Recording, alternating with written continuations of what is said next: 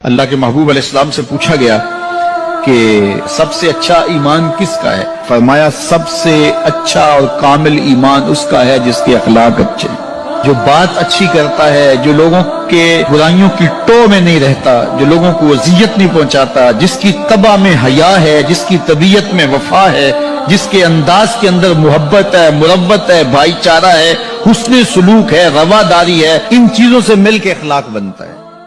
حدیث پاک سنیں گے آپ کی طبیعت بڑی ٹھنڈی ہوگی۔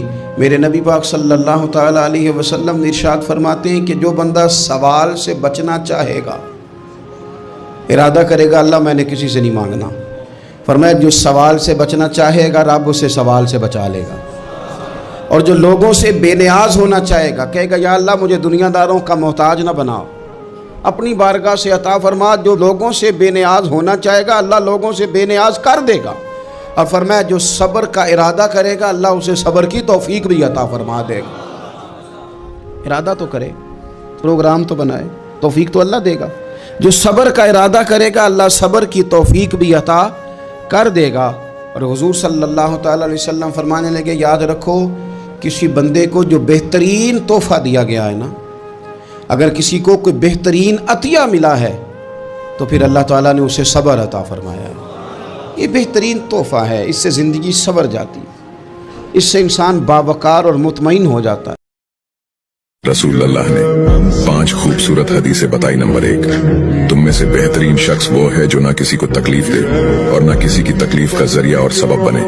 نمبر 2، جو شخص دن میں 10 مرتبہ سورۃ الاخلاص پڑھے گا یعنی قل هو اللہ احد، یہ پوری سورت پڑھے گا، اللہ تعالی جنت میں اس کے لیے محل بنا دیں گے۔ نمبر 3، جو شخص ہر فرض نماز کے بعد 1 مرتبہ آیت الکرسی پڑھنے کا معمول بنائے گا تو اس کے اور جنت کے درمیان صرف موت کا فاصلہ ہوگا، یعنی وہ شخص مرتے ہی سیدھا جنت میں جائے گا۔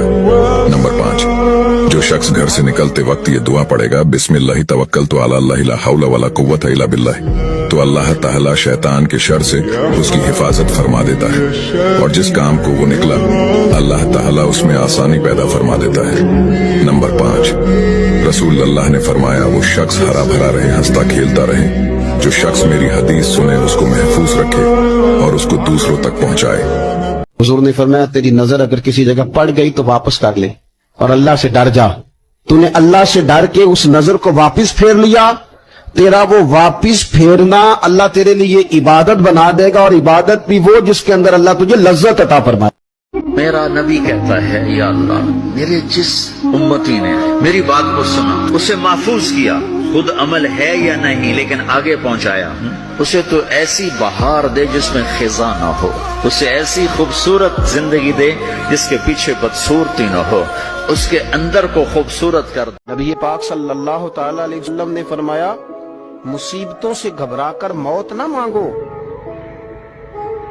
اگر تم برے ہو تو پھر بھی موت نہ مانگو، ہو سکتا ہے اللہ تمہیں توبہ کی توفیق دے دے، اور اگر تم نیک ہو تو ہو سکتا ہے اللہ تمہاری نیکیوں میں اور اضافہ کر دے۔ اور نبی پاک علیہ السلام کے بارے میں رب فرماتا ہے وَلَسَوْفَ يُعْطِيكَ رَبُّكَ فَتَرْضَىٰ، محبوب میں آپ کو اتنا دوں گا کہ آپ اپنے رب سے راضی ہو جائیں گے۔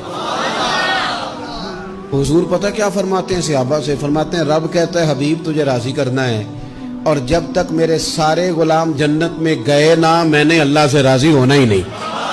آپ نے ارشاد فرمایا ساری زندگی کے تہجد گزار اور سارے دن کے روزے دار سے آگے نکل جائے گا اچھے اخلاق والا، چونکہ یہ مارکیٹ میں سودا ہے نہیں۔ اور سارے اخلاق کا نچوڑ ایک چیز بتاتا ہوں، یہ زبان قابو میں رکھو سارے اخلاق قابو میں آ جائیں گے۔ نبی پاک صلی اللہ علیہ وسلم نے فرمایا میں اس بات کا خوف نہیں کرتا کہ میری امت کمزور ہو جائے گی، اس بات کا ڈر نہیں کہ پیسے ختم ہو جائیں، نہ یہ خوف ہے کہ بھوکی مرے گی۔ حضور کس بات کا خوف ہے؟ تو نبی پاک نے فرمایا خوف یہ ہے کہ ان کا یقین کمزور ہو جائے گا۔